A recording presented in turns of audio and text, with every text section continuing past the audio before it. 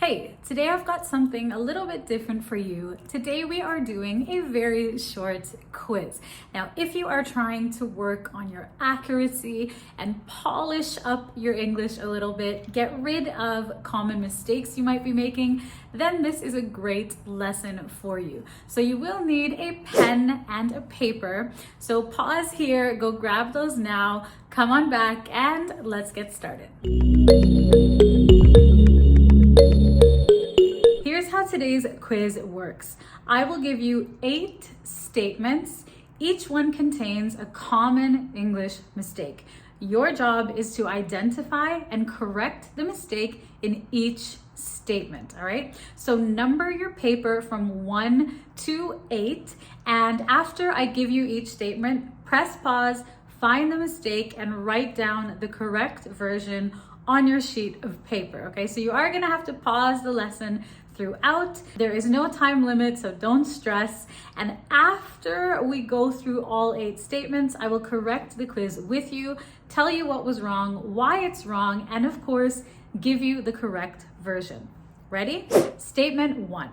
The course sounds great. I'm interested in learning more about it. The course sounds great. I'm interested in learning more about it. So pause here, identify the mistake, and write down the corrected version on your sheet of paper. Number 2, Rob asked for help to fix his car, but I suggested him to go to a mechanic.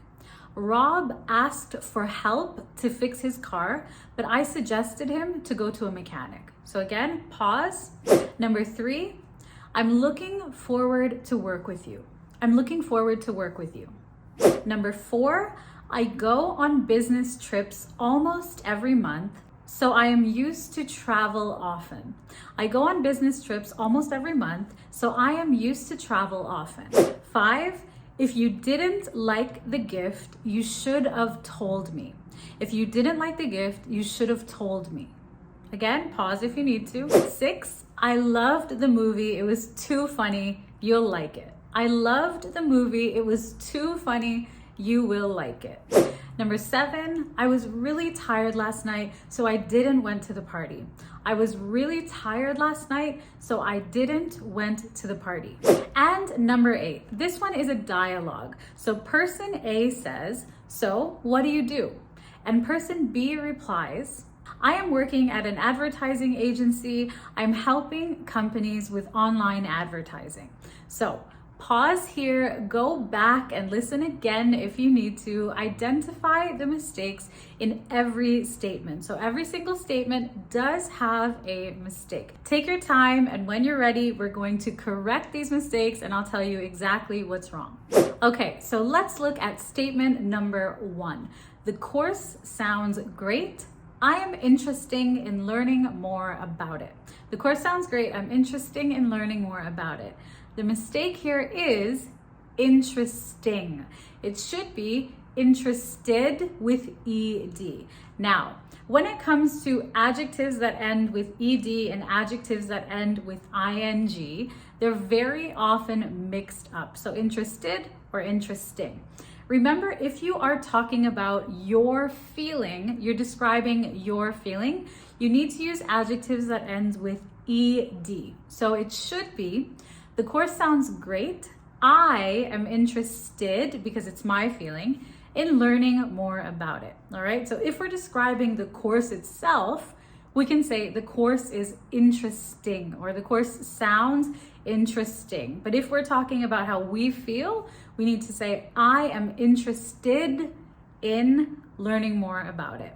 Okay, number 2 is Rob asked for my help to fix his car, but I suggested him to go to a mechanic. I suggested him to go to a mechanic. The mistake here is suggested to do something, okay? Suggest to go. So when you use another verb after the verb suggest is your main verb, and then we have another verb, it should be a gerund. So the second verb needs to end with ing. The correct answer should be, Rob asked for my help to fix his car, but I suggested going to a mechanic. I suggested going to a mechanic, okay? I'll give you another example here. Let's say that your friend is sick and you advise them to go to a doctor.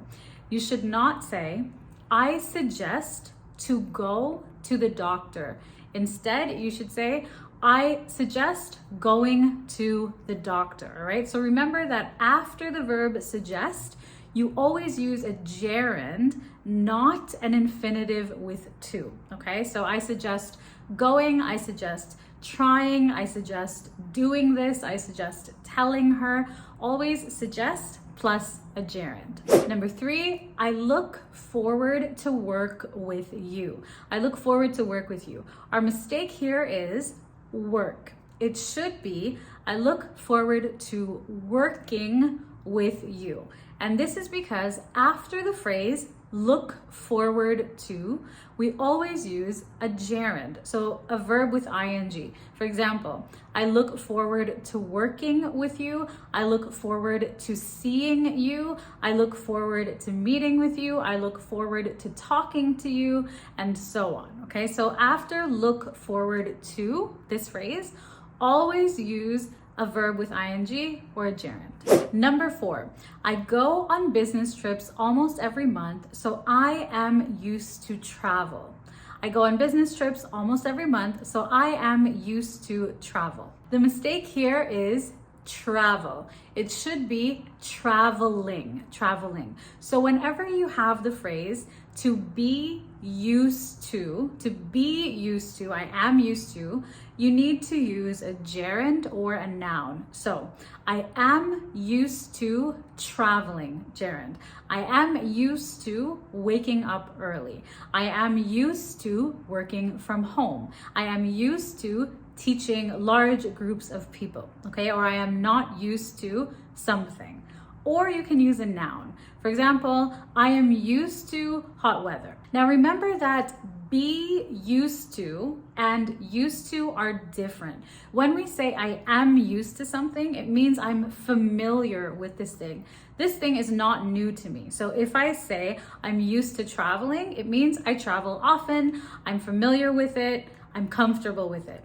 And if I say I used to travel often, this is actually past tense. So I used to travel is past tense. I don't travel anymore. And I am used to traveling. I'm familiar with it. It's comfortable for me. I travel often. Number 5, if you don't like your gift, you should have told me. If you don't like your gift, you should have told me. The mistake here is of. It should be have. You should have told me. Now, this is a mistake that even native English speakers make because the contraction of should, of, and should have sound the same when you pronounce them. So I've heard native English speakers make this mistake, and I've seen it in writing as well, okay? So if you didn't like the gift, you should have told me. Not you should have told me. We can actually never use the preposition of after should. So you can never say should have. You can only say should have. All right, number 6, I loved the movie. It was too funny. You will like it. I loved the movie. It was too funny. You will like it. The mistake here is to. To means more than the maximum. So this statement should be, I loved the movie. It was so funny, or it was very funny. You will like it. Number 7, I was really tired, so I didn't went to the party last night. I was really tired, so I didn't went to the party last night. The mistake here is went. It should be, I didn't go to the party last night. Now this sentence is a past simple sentence. Whenever you use did or didn't, you need to use a base verb afterwards. So did or didn't is actually your past tense verb, okay? That tells us that the sentence is past tense. So you follow did or didn't with a base verb. Okay, so I was tired, so I didn't go to the party last night. This rule also applies to past simple questions. So the question would be, did you go to the party last night? Not, did you went to the party last night? So remember, with did or didn't, always use a base verb afterwards. And number 8 was a little dialogue. The question was, so what do you do? And the answer was, I am working at an advertising agency and I'm helping companies with online advertising. Now the problem here is working and helping. These two verbs should be present simple, not present continuous. The mistake is because when you're talking about general statements or facts about yourself, you should always use the present simple tense because you're stating facts. So when somebody asks you what you do, you should simply say, I work at an advertising agency. I help companies with online advertisements, okay? This is a very, very common one. I hear it all the time. When you are talking about what you do, where you live, what you like, what you don't like, general facts about yourself, use the present simple tense, not the present continuous tense. The present continuous is more for temporary things, and the present simple is for permanent things and facts. So, how did you do? Do you make any of these mistakes? Were any of these new for you? Please let me know how you did down below in the comments. And if you have any questions, leave them there for me as well. Don't forget to grab your free ebook, English Conversations Made Simple. I wrote this to help you level up your English conversation skills and be more confident when you speak to other people in English. So click the link below the lesson to get your copy. Thanks so much for watching and for learning with me today. If you enjoyed the quiz and this format of video, let me know. Leave a like, subscribe for new lessons every single week. As well, I have a lot of content like this on my Instagram page. So if you're not following, you can find the link for my Instagram page down below the lesson in the description as well.